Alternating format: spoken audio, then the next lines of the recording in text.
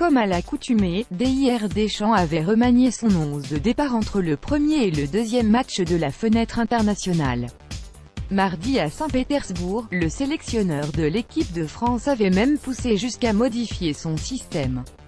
Du 4-4-2 au 4-3-3, les Bleus n'ont pas réussi la même entame que vendredi face à la Colombie. Vraiment pas. Mais heureusement pour eux, ils ont bien mieux fini. Et se sont imposés en Russie, 1-3.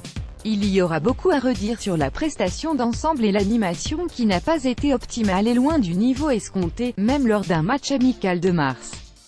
On ne s'empêchera pas non plus de penser qu'une triplette Martial, Mbappé Dembélé n'était peut-être pas la plus appropriée pour construire, même face à une Russie dont le niveau laisse craindre un avenir mondial des plus sombres. Les Bleus ont néanmoins rempli leur mission. Et il y a fort à parier que Didier Deschamps attendait plus des réponses sur les hommes que sur son collectif, au vu de son équipe de départ. Sur ce point, il n'a pas été déçu. Kylian Mbappé célèbre un but lors du match amical Russie-France, le 27 mars 2018 à Saint-Pétersbourg. Getty Images. Les joueurs Pogba, c'est tellement mieux comme ça. On ne sait pas si l'intéressé consacrera un épisode de sa Pog-série à cette soirée passée à Saint-Pétersbourg, mais, sur ces dernières semaines, c'est le meilleur qu'on ait vu du Mancunien.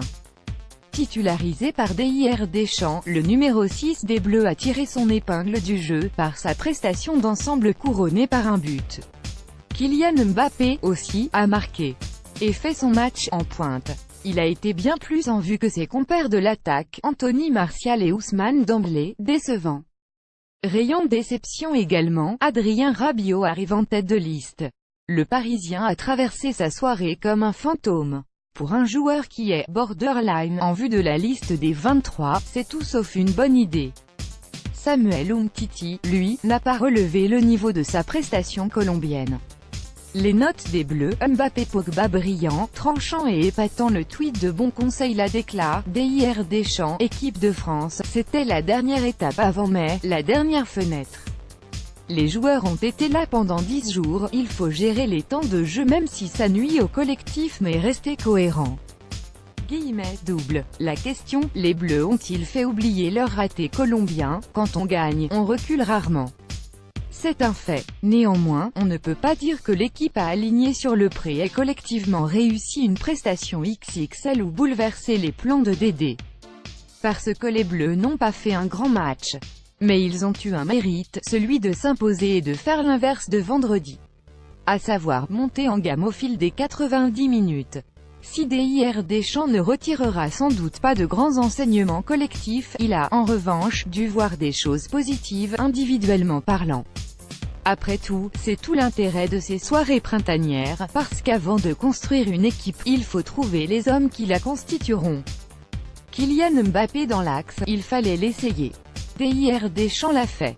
Le sélectionneur sait qu'il possède plus qu'une solution de rechange si jamais il fallait pallier une éventuelle désaffection du titulaire au poste, Olivier Giroud. Paul Pogba, il fallait le relancer. Dédé l'a fait et le Mancunien s'est plutôt bien débrouillé.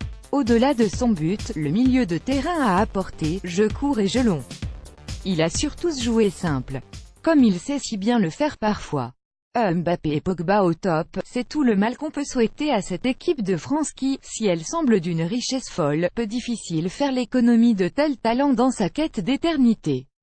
Au-delà de la victoire, c'est ce qu'on a envie de retirer de cette soirée russe qui, on l'espère, n'est que l'apéritif d'un hétéro.